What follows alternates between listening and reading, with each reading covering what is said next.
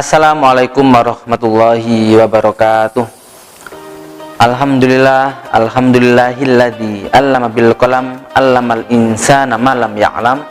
Asyhadu an la ilaha illallah wahdahu la syarikalah wa asyhadu anna Muhammadan abduhu wa rasuluhu la nabiyya ba'da. Allahumma sholli wa sallim wa barik ala Muhammad wa ala alihi wa sahbihi ajmain. Teman-teman yang dirahmati oleh Allah Subhanahu wa taala, marilah tiada kata lain kita bersyukur atas segala nikmat yang Allah anugerahkan kepada kita. Salawat serta salam senantiasa tercurahkan kepada Nabi kita. Beliau adalah Nabi Muhammad Sallallahu Alaihi Wasallam. Perkataannya adalah kebaikan, perbuatannya adalah kebaikan, bahkan diamnya pun adalah sebuah kebaikan. Manusia terbaik dan seorang pemimpin terbaik yang pernah dilahirkan di muka bumi ini. Teman-teman sekalian, dalam kuliah 5 menit ini, atau bisa disingkat dengan kulim, saya ingin sedikit bercerita tentang salah satu sosok tokoh wanita yang cukup terkenal di kalangan dunia Islam. Beliau adalah Robiah Al-Adawiyah yang lahir pada tahun 713 sampai 717 Masehi di pertengahan abad ke-8, atau bisa disebut dalam kalender Hijriah yaitu di abad kedua penghujung Hijriah. Nah, kita semua mungkin sudah pernah mendengar salah satu kisah ataupun konsep pemikiran yang diusung oleh Robiah Al-Adawiyah. Nah, Robiah ini adalah seorang wanita sufi yang dimana dia mempunyai konsep berpikir berbeda dari perempuan ataupun manusia pada umumnya. Robiah mempunyai konsep yaitu mahabbatullah. Apa sih mahabbatullah itu? Mahabbatullah adalah mencintai Allah. Tentunya teman-teman sekalian, siapa sih yang tidak ingin dicintai langsung oleh Allah? Dicintai manusia saja sungguh rasanya sangat membahagiakan, menyenangkan. Apalagi dicintai langsung oleh Allah yang menciptakan manusia, yang menghidupkan manusia, yang maha segala-galanya lah. Nah, suatu ketika Robiah ini di tengah-tengah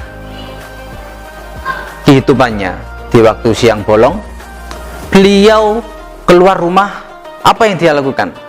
Robiah keluar rumah, dia membawa seember air di tangan kanannya dan obor di tangan kirinya. Lantas ada beberapa orang yang bertanya dan heran, keluar rumah bawa air sama bawa obor.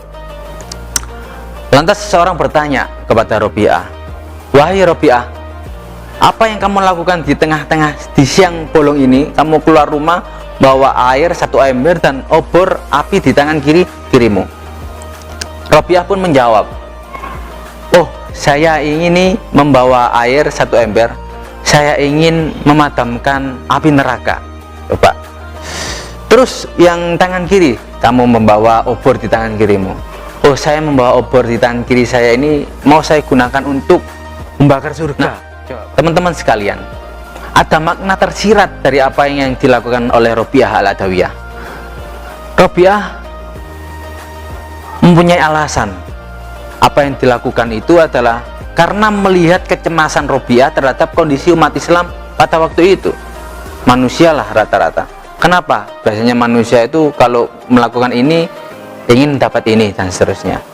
Nah, Robiah melihat rata-rata manusia pada waktu itu bahwa mereka beribadah, mereka sholat, mereka berpuasa, beramal, bersedekah, itu adalah tujuannya adalah pengen masuk surga, pengen dapat surga. Jadi itulah kenapa alasan Robiah pengen membakar surga. Begitupun juga sebaliknya, Robiah ingin memadamkan api neraka. Biar apa? Agar orang-orang beribadah, orang-orang itu berpuasa, bersedekah, berbuat baik, bukan karena takut masuk neraka. Dari hal ini mungkin kita bisa melihat, mungkin kita bisa mencerna, kita bisa melihat apa yang dilakukan Robiah Al-Adawiyah ini cukup luar biasa, yaitu bagaimana caranya kita beribadah itu fokusnya adalah hanya kepada Allah. Kenapa? Kalau kita bisa pahami dan kita bisa telusuri dan kita sadar bahwa surga itu adalah ciptaan Allah, neraka pun juga ciptaan Allah. Tentunya Yang bisa memasukkan kita ke dalam surga ataupun neraka adalah hanya Allah. Kalau kita sudah dapat cintanya Allah, kasih sayangnya Allah, apa yang tidak akan Allah berikan kepada kita? Dari hal ini kita dapat belajar atau bisa kita ambil pelajaran tentang apa yang dilakukan oleh Robiah ini, yaitu konsep mencintai Allah, mahabbatullah, yaitu kita beribadah ini yaitu belajar untuk menanamkan nilai-nilai keikhlasan ke dalam diri kita. Teman-teman sekalian, marilah kita sebagai manusia, dari cerita singkat Robiah Al-Adawiyah ini kita bisa ambil pelajaran bahwa marilah kita belajar untuk menjadi manusia yang lebih ikhlas dalam melakukan segala sesuatu. Marilah kita hilangkan rasa ujub, rasa takabur kita beribadah pengen mendapat penilaian manusia, kita ingin mendapatkan penghargaan dari manusia, marilah kita hilangkan sedikit demi sedikit. Teman-teman sekalian, demikian kuliah singkat 5 menit yang dapat kami sampaikan, semoga bermanfaat khususnya bagi diri kami pribadi dan teman-teman sekalian. Nun wal qalimah masturun fastabiqul khairat nasrum minallah. Wassalamualaikum warahmatullahi wabarakatuh.